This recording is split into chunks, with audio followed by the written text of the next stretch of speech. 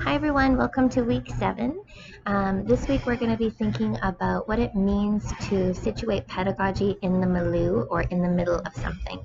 Um, so we'll be thinking about what kinds of dispositions might allow us to better situate ourselves within the messiness of imperfect moving worlds, as Singer's proposes. We'll be thinking about how might imaginaries of the objective individual human separate us from our relational accountabilities with and in shared and unequal ecologies.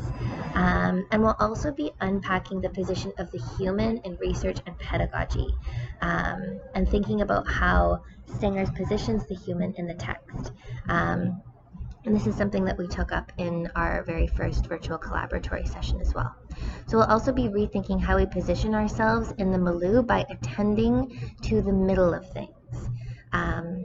So feminist science scholars such as Donna Haraway and Isabel Stengers have written extensively on how desires for objectivity in research and in the construction of knowledge actually separates humans from their relational felt accountabilities to the places in which they live, and under the guise of political impartiality, reinforce research practices that allow for disconnection and ecological exploitation. So this week, I hope we can treble these neutralizing research and pedagogical conventions, where, as Macherik says so cogently, quote, "The fact of facts depends on their ability to disconnect themselves from the practices that help produce them," end quote. So as we've been discussing throughout this course, methods matter. They don't reflect, but they rather produce meaning.